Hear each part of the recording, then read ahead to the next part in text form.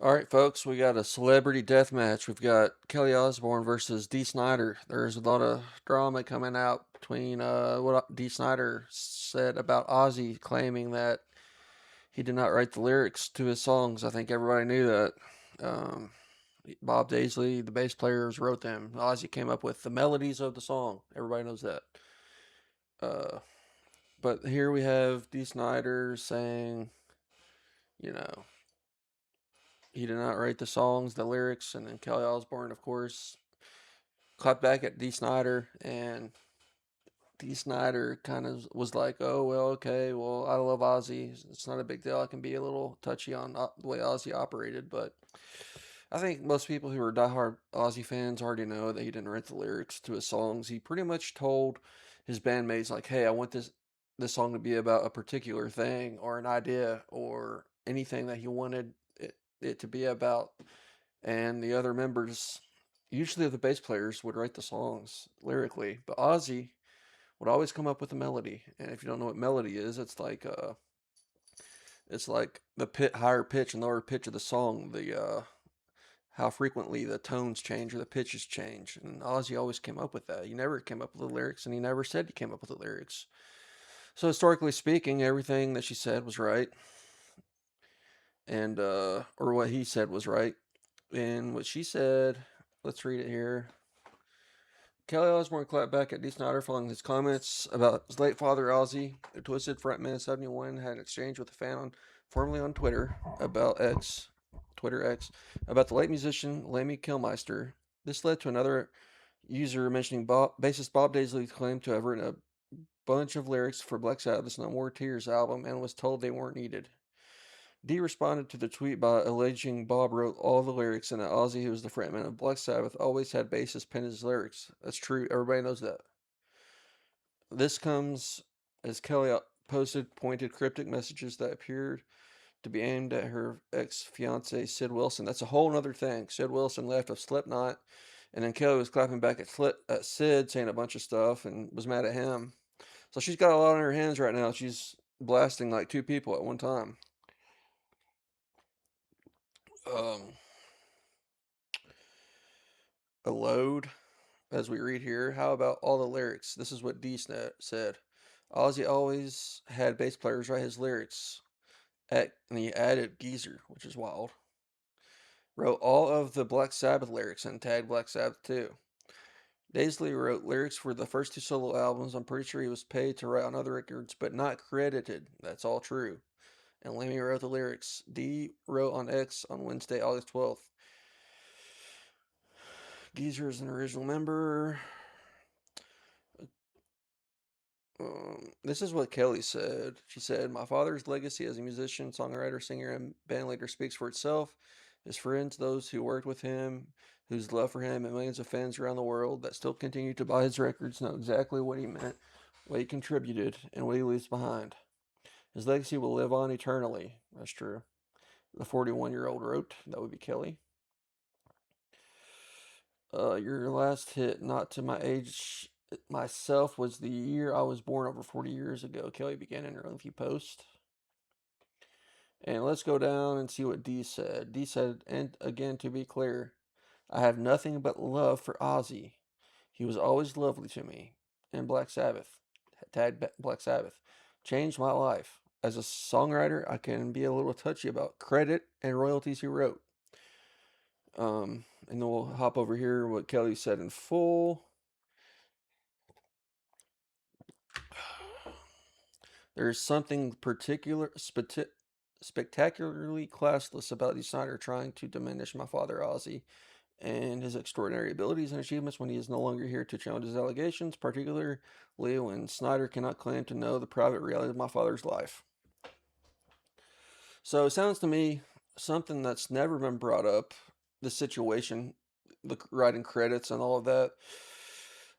There has to be some reason that they've never said why they don't credit Bob Daisley. I don't know why they would not do that, but there's could be something under the surface why they did not, and why they did not. It was Bob Daisley and Lee Kerslake, the drummer Lee Kerslake, who wrote "Diary of a Madman" with Bob Daisley, and we're not really sure why they got discredited.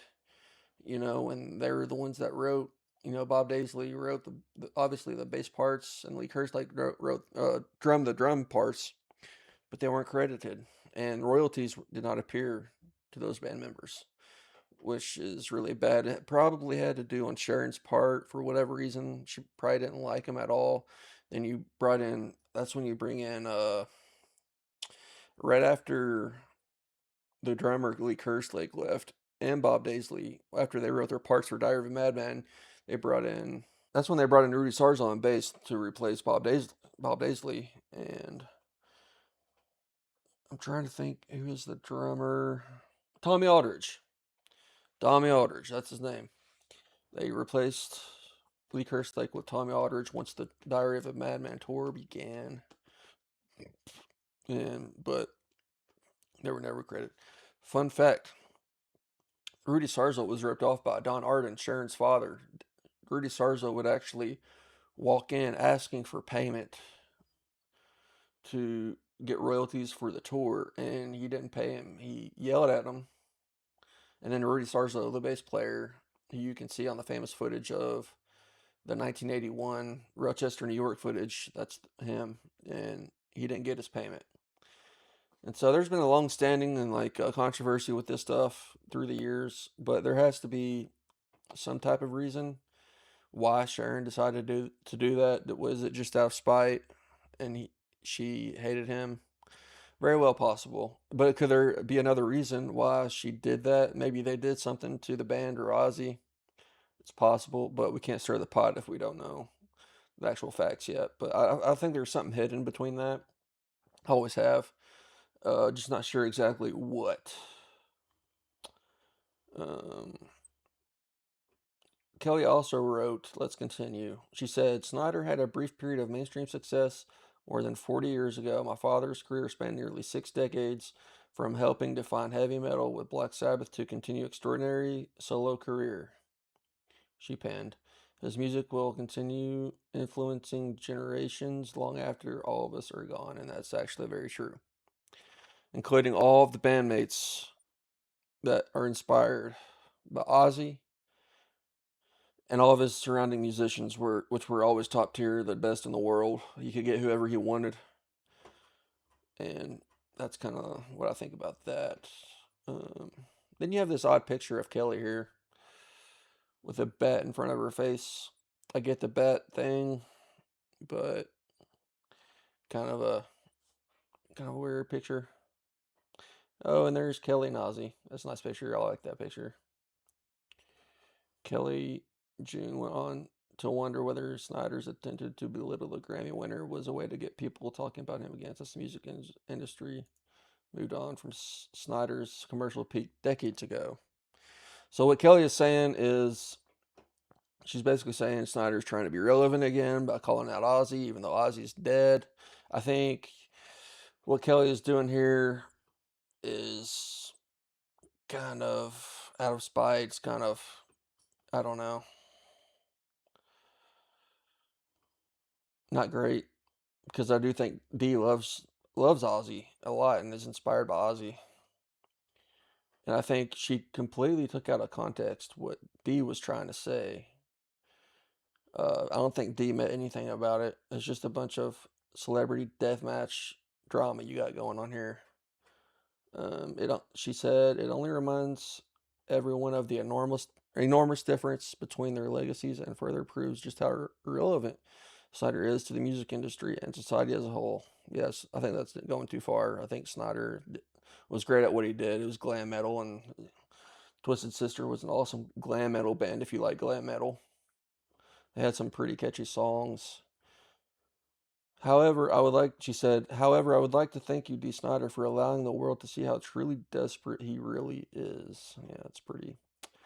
We got some vicious stuff going on here from Kelly Osbourne. Meanwhile, reps for Kelly and Sharon did not immediately respond to our inquiries. Okay.